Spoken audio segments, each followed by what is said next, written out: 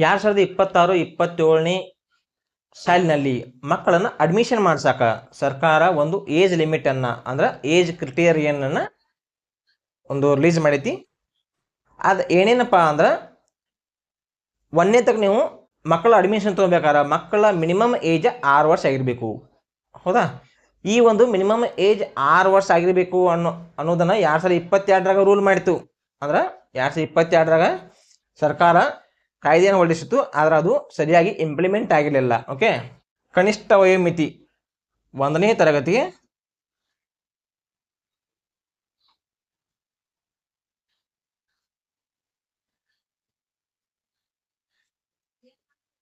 ಕನಿಷ್ಠ ವಯೋಮಿತಿ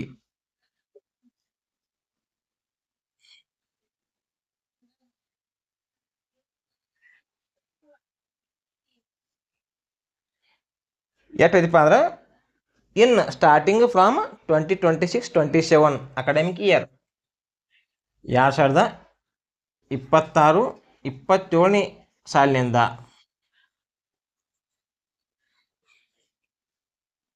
1ನೇ ತರಗತಿಗೆ ಕಂಪಲ್ಸರಿ 6 ವರ್ಷ ಮುಗಿದಿರಬೇಕು ಮಗುವಿಗೆ. ಹೌದಾ? 6 ವರ್ಷ ತುಂಬಿರಬೇಕು ಅಂದ್ರೆ ಕಂಪ್ಲೀಟ್ ಆಗಿರಬೇಕು. ಇಲ್ಲಿ ಸ್ವಲ್ಪ ದಿನ ಕಮ್ಮಿ ಅದಪ್ಪ ಅಂದರೂ ಇಲ್ಲಿ ಅವರ ಕನ್ಸಿಡರ್ ಮಾಡೋಂಗಿಲ್ಲ, ನಿಮ್ಮ ಮಗುವಿಗೆ 1ನೇ ತನಕ ಅಡ್ಮಿಷನ್ ಕೊಡೋಂಗಿಲ್ಲ. ಓಕೆ, ಈ ಒಂದು ಆ್ಯಕ್ಟನ್ನು ಕಂಪಲ್ಸರಿ ಇಷ್ಟ ಏಜ್ ಆಗಿರಬೇಕಪ್ಪ ಅನ್ನೋದನ್ನು 2022ರಾಗ ಇದು ಏನು ಮಾಡಿದಪ್ಪ ಅಂದ್ರೆ ಸರ್ಕಾರ ಕಾಯ್ದೆಯನ್ನು ಮಾಡಿತು. ಆದರೂ ಕೂಡ ಅದು ಸರಿಯಾಗಿ ಇಂಪ್ಲಿಮೆಂಟ್ ಆಗಲಿಲ್ಲ. ಹೋದ ವರ್ಷ ಏನಂತಪ್ಪ ಅಂದ್ರೆ 2025-26ನೇ ಸಾಲಿಗೆ ಕೂಡ ಇದನ್ನು ಇಂಪ್ಲಿಮೆಂಟ್ ಮಾಡೋಕೆ ಟ್ರೈ ಮಾಡಿದರು. ಆದರೆ ಬಹಳಷ್ಟು ಪ್ರೆಷರ್ಸ್ಗಳು ಬಂದು ಪೋಷಕರ ಕಡೆಯಿಂದ, ವಿವಿಧ ಸ್ಕೂಲ್ಸ್ಗಳಿಂದ ಬಂದಿದ್ರೆ ಏನು ಮಾಡಿದಪ್ಪ ಅಂದ್ರೆ ಸರ್ಕಾರ ಅವರ ಒತ್ತಡಕ್ಕೆ ಮಾಡಿದ್ದು ಒಂದು ಏಜನ್ನು ಎಷ್ಟಕ್ಕೆ ಇಳಿಸಿದಪ್ಪ ಅಂದ್ರೆ ಹೋದ ವರ್ಷದಾಗ 5 ವರ್ಷ 5 ತಿಂಗಳಿಗೆ ಅದನ್ನು ಒಂದು ರಿಡಕ್ಷನ್ ಮಾಡಿತ್ತು. ಓಕೆ, ಕಡಿಮೆ ಮಾಡಿತ್ತು.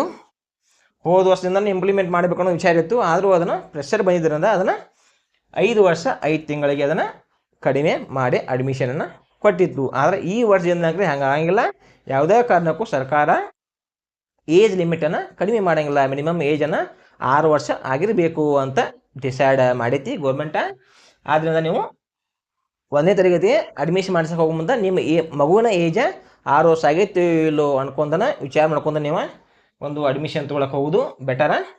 ಮತ್ತು ಇದು 1ನೇ ಅಡ್ಮಿಷನ್ ಮಾಡ್ಸಕ್ಕೆ 6 ವರ್ಷ ಆಯ್ತು. ಇನ್ನು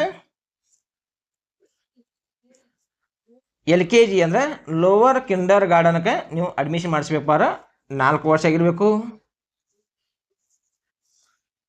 ಆ್ಯಂಡ್ UKG ಅಂದರೆ ಅಪ್ಪರ್ ಕಿಂಡರ್ ಗಾರ್ಡನ್ಗೆ ಅಡ್ಮಿಷನ್ ಮಾಡಿಸ್ಬೇಕಾದ್ರೆ 5 ವರ್ಷ ಮಗುವಿಗೆ ಪೂರ್ಣಗೊಂಡಿರಬೇಕು. ಓಕೆ, ಇಷ್ಟು ನೀವು ಈ ಒಂದು ಮಿನಿಮಮ್ ಏಜ್ ಲಿಮಿಟ್ಗಳನ್ನು ತಲೆ ಇಟ್ಕೊಂಡು ನಿಮ್ಮ ಮಗುವಿನ ಅಡ್ಮಿಷನ್ನ ತಗೋರಿ. ಯಾವುದೇ ಕಾರಣಕ್ಕೂ ಸರ್ಕಾರ ಏಜ್ ಒಂದು ಕ್ರೈಟೇರಿಯನ್ ಒಳಗೆ ಕಡಿಮೆ ಮಾಡೋಂಗಿಲ್ಲ. ಓಕೆ, ಇಷ್ಟು ನೀವು ನಿಮ್ಮ ಮಗುವಿನ ವಯಸ್ಸನ್ನು ಕ್ಯಾಲ್ಕುಲೇಷನ್ ಮಾಡ್ಕೊಂಡು ಆ ಮಗು ಎಷ್ಟನೇ ತರಗತಿಗೆ ಅಡ್ಮಿಷನ್ ಪಡೆಯೋಕ್ಕೆ ಎಲಿಜಿಬಿಲಿಟಿ ಹೊಂದೈತಿ ಅನ್ನೋದನ್ನು ನೀವು ತಿಳ್ಕೊಬೇಕು. ಆಮೇಲೆ ಅಡ್ಮಿಷನ್ನ ತಗೋಬಹುದು.